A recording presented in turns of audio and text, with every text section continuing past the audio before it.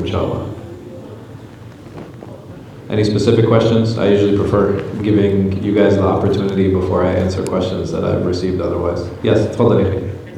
Question: if a husband or wife pass away, Yeah. the contract or the marriage contract is ended. So I have heard this before. I don't know where the basis or the asl for this is that basically when an individual passes away, the marriage contract ends. That's not the case, because the woman inherits from her husband and the husband inherits from his wife. The only time that this becomes an issue, many of the fuqaha talk about this, is it permissible for a man to divorce his wife on his deathbed? Right? This is a valid issue and this is a valid discussion. But other than that, I don't know.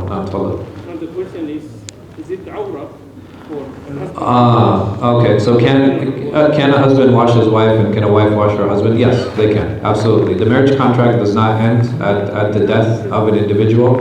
If that was the case, there'd be no, because even for the woman there's an iddah, right? There's an iddah, meaning there's a period of time she cannot marry again. Why? If the contract was ended, it would be over, and you wouldn't need an iddah for that. So I have heard this before. I don't know what the basis of this is, but as far as the marriage is concerned, you can say the marriage has ended. There's no doubt about that, but the relationship is still there. Meaning that, for example, her mother, if an individual is married and his mother-in-law is still living, he is still mahram to her. That relationship still stands. Or if she had any children, then her daughters would also be mahram to the husband, etc. And not just that, inheritance laws, those still apply as well. If any, if one of the spouses passes away. Any other questions? So the question I received recently was about surrogacy. And basically what surrogacy is that is it permissible for a woman to carry the egg of another woman? And I had actually gotten this question relatively recently.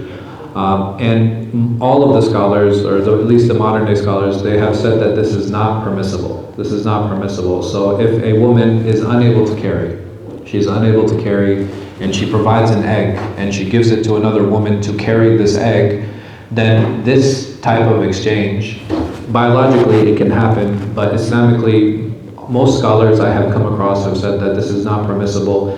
And the reason they say, because this leads to ikhtilat al-insab, right? So you start mixing the lineages at this, because who essentially is the mother? The mother should be the genetic one or the one who gave birth. And you start having problems and issues. And who can lay claim to the child now? And because of these issues, and a lot of the scholars, they base this off of, again, and something I refer to, the maqasid al-sharia. And min maqasid al-sharia, hifd al-ansab, is preserving these lineages. And this is why many scholars actually say it is not permissible for a mother to be a surrogate of another, even if they are co-wives. So even if they're co-wives, it would not be permissible for one co-wife to carry the child of another. Which leads to another question about adoption. In Islam, is it okay for me to adopt a son, or is it okay for me to adopt a daughter? Absolutely. There is nothing wrong with that. Shar'an, there is no mani', right? There is no prohibition that comes. The only prohibition that comes is the tabanni, right? Tabanni is different from adoption. Tabanni means that I actually take this child, I adopt them, and I treat them as my blood son, right? This is now my blood son. They take my name. They will inherit from me. An adopted son or daughter does not take the name, nor does he or she inherit, right? This is something that's really important. Does it mean that I can't leave a portion of my irth, of my estate to them? Yes, I can, but this is not going to be irth. This is going to be what?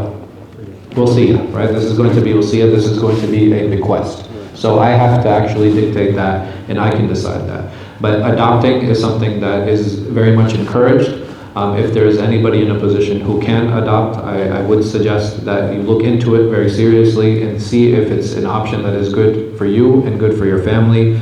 The issue that comes in with adoption is obviously when the child gets older. So for example, if a husband and a wife adopt a girl, what happens is that when she reaches puberty, she's going to have to do what? She's going to have to do hijab in front of her adopted father.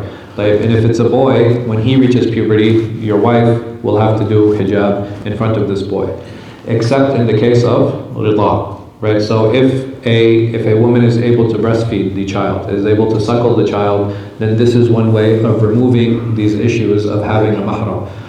So is it permissible now for a woman to take hormones to produce milk in order to do this rida? Yes, and the scholars have said that this is completely permissible and it is allowed. There are other hormonal changes that women take advantage of, for example, their menstrual cycle, that control their cycle, and that is all hormonal. And it's the same thing with the production of milk. But if an individual is planning, they do need to know ahead of time. It takes time for a woman to reach a point where she can actually start producing milk. If she cannot, then maybe one of her sisters or one of your sisters. Again, the idea is to establish this, the mahramiyah is to establish this ability so that, again, you can still do it, you can still adopt a child that's older, right? You can. It just becomes a logistic problem depending on how your house is, what the layout is. There are different challenges that definitely do come with that. So the easiest way to do it is, again, to do rida. Rida is before a child is 2 years old and has completely weaned off, and they are not eating only solid food. At that point, it is permissible to do the rida. There's khilaf between the scholars on how many times that should be done, with the least of them saying 1 rida is enough, and others saying that it has to be up to 10. The Hanbali opinion is 5, that you do 5 rida'at, that you do 5 sucklings, and it is enough to establish a mahramiyah, that this child is now mahram. So adoption is, again, an issue that has come up. It is something that is permissible. There are only 2 things that cannot happen. The child cannot take your name, and the child will not inherit. So these things are important, even if they suckle. So even if the child suckles, it still does not make them eligible for inheritance, but it does make them eligible to be mahram, like for traveling, for hijab, for example, and these other cases and these other scenarios. Even with the issues with the mahrams, there comes very unique situations as well. So for example, if a husband has children and a wife has children and they marry, the husband is mahram to all the children, and the wife is also mahram to all the children, but the children, they're not mahram to each other. They're not mahram to each other, and this does happen in certain scenarios, in certain situations. And again, is it permissible? Absolutely.